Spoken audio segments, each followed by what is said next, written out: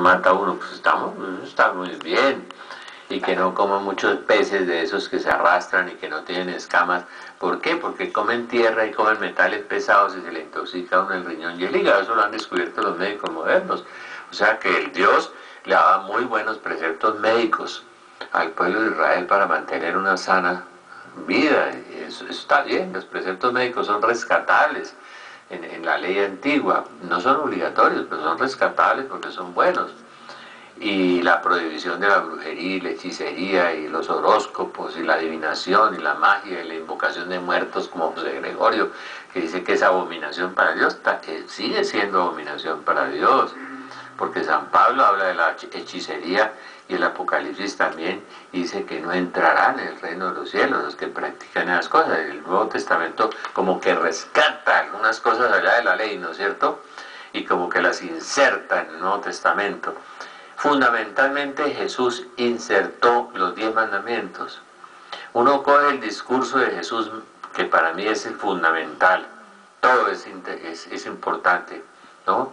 No hay materia parva, como decían en la Edad Media, en esa cosa. Todo es importante. Entonces, Jesucristo coge los 10 mandamientos, y ahora volveremos a hablar de eso, de que le dicen a uno, viva los mandamientos, pues. No, yo creo que lo que más correcto es decir es viva el Evangelio. Eso, somos cristianos. Los judíos viven los mandamientos, pero eso, y no son cristianos.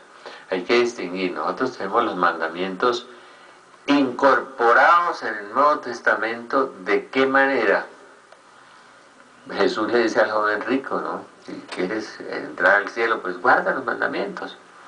Le estaba hablando de los 10 mandamientos, no de la ley, los mandamientos. O sea, Jesús los separa de la ley de alguna manera. Y dice, yo ya los he guardado. Ah, pero entonces quieres ser perfecto, vende todo lo que tienes. Eso no se le podía decir a un judío. En el Antiguo Testamento no. En el Nuevo Testamento sí, porque es dar la vida por los demás. Entonces vende lo que tiene, dalo a los pobres y sígueme. ¿Qué? Camino de la cruz. Tampoco está en el Antiguo Testamento, el cuento de la cruz. ¿No? Que la cosa como que ha ido cambiando. Entonces Jesús, en su discurso de Mateo 5, 6 y 7, que a mí me parece el arco toral, me parece el eje fundamental. Los carros sin la transmisión no caminan, y sin el eje, nada. El eje fundamental del Evangelio son Mateo 5, 6 y 7, el Sermón del Monte, las bienaventuranzas, ¿no?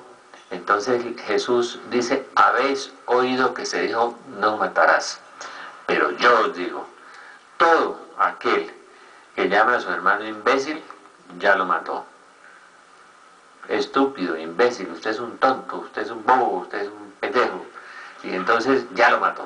Todo el que lo llame así ya lo mató. O sea, interioriza esos 10 mandamientos. Habéis oído que se dijo, no cometerás adulterio, pero todo el que mire a una mujer o a un hombre deseándola en su corazón, ya adulteró con ella. O sea, basta tener la intención, mirar y desear, y ya adulteró con ella. O sea, cometemos adulterio con mucha frecuencia. Aunque no hagamos el acto, el hecho, cometemos adulterio. El que le desea un mal al otro, ya cometió un asesinato. El que se coma un semáforo en rojo, ya cometió un asesinato. El que vaya por encima de los excesos de velocidad, ya cometió un asesinato, porque va en la intención del corazón. Por eso es tan rico el catecismo de la Iglesia Católica, cuando explicita, cuando especifica todos esos 10 mandamientos en una forma tan maravillosa y tan extraordinaria. Pero Jesucristo los inserta, los coloca dentro del Nuevo Testamento, pero dándoles un valor interior, más profundo, en la intención. Entonces el pecado está en la malicia y en la intención. Lo que decían los grandes penalistas italianos, el animus nocendi, en el ánimo de hacer daño, en el ánimo de ofender, o en el ánimo de la malicia, ¿no? Es decir, a veces el pecado es menos grave o a veces es más grave. Cuando usted mata a un ladrón defendiendo la vida de su esposa, de un hijo, no comete pecado mortal. Está defendiendo la familia, porque iban a matar a su esposa, a sus hijos. Cuando un soldado mata en acción de guerra, tampoco, porque está defendiendo a la sociedad. Son situaciones, por eso la teología moral va mirando las situaciones diferentes para analizar el grado de culpabilidad y de responsabilidad de las personas. En el derecho penal se mira, en la teología moral también. De manera que es muy interesante eso de la ley, y los profetas llegan hasta Juan Bautista. Ahí comienza a anunciarse. Y en Gálatas 3 nos dice, ya no estamos bajo el pedagogo de la ley. Entonces, escoger esos preceptos del Antiguo Testamento y hacer esos ancochos tan terribles que hacen.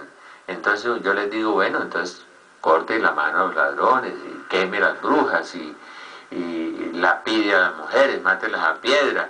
No, nosotros estamos bajo la ley de la misericordia, del amor, ¿no? Amarás a tu prójimo como a ti mismo. Os doy un nuevo mandamiento, dice Jesús, nuevo. ¿Por qué nuevo si ya está en el Levítico, amar al prójimo como a sí mismo? Porque Jesús le añadió una cosita así chiquitica, como yo los he amado, como yo los he amado. Es decir, hasta dar la vida por los demás. Y por eso los santos se han caracterizado. En estos días veía la vida del padre La Salle, fundador de los hermanos cristianos. ¡Qué maravilla! Salir del estatus de nobleza, de familia elegante, de castillo, de todas las cosas, bajarse de esa manera tan impresionante y dar la vida por los demás, por los jóvenes, por todo el mundo. Entregar sus bienes, entregar su fortuna, entregar su vida. Ese hizo lo que no hizo el joven rico, ¿no? San Ignacio de Loyola, todos los santos fueron abandonándolo, todos, San Pedro Claver, todos, hasta quedar en cero, creciendo como crecen los cristianos, como la cola de las vacas, de para abajo, no en la prosperidad.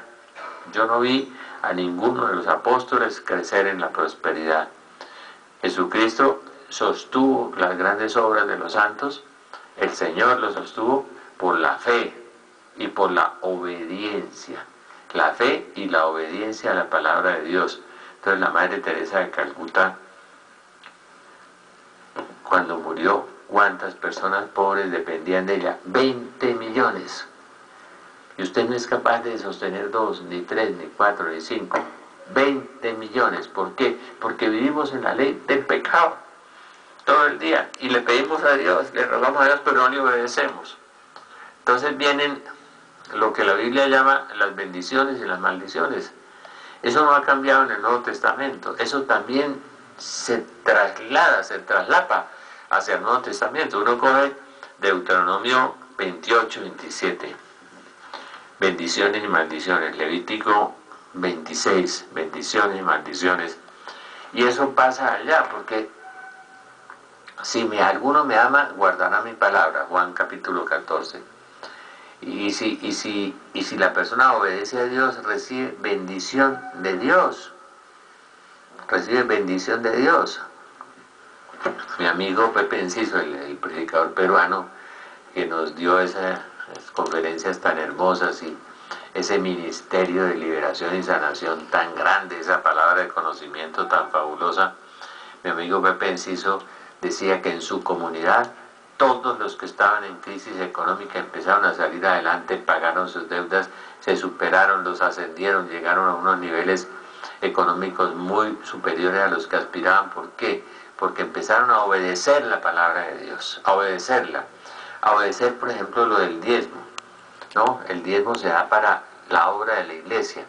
La obra de la iglesia lo puede dar usted en lo que sea obra de evangelización, o en una ONG, en una fundación, en la parroquia, donde sea, usted puede dar el diezmo. Si los obispos entendieran mucho esto. A mí me decía un día el psiquiatra, el doctor Augusto Incapié, me decía, mira que me llegó una evangélica que escasamente podía pagarme la consulta. Este médico, psicólogo, psiquiatra tan católico y tan bueno, Dios lo tenga en su gloria, llegó sorprendido porque al año su paciente psiquiátrica, una evangélica, le dijo que ya había comprado carro y apartamento. Le dijo, ¿y cómo hiciste si llegaste aquí arruinada, quebrada completamente? Dijo, porque empecé a pagar el diezmo, doctor, y Dios me empezó a bendecir. Y cuando dice de la Biblia, desafíenme, dice Dios, a ver si no abro las esclusas, las puertas del cielo. ¿Por qué viven en esa situación tan precaria algunos párrocos con tantas dificultades?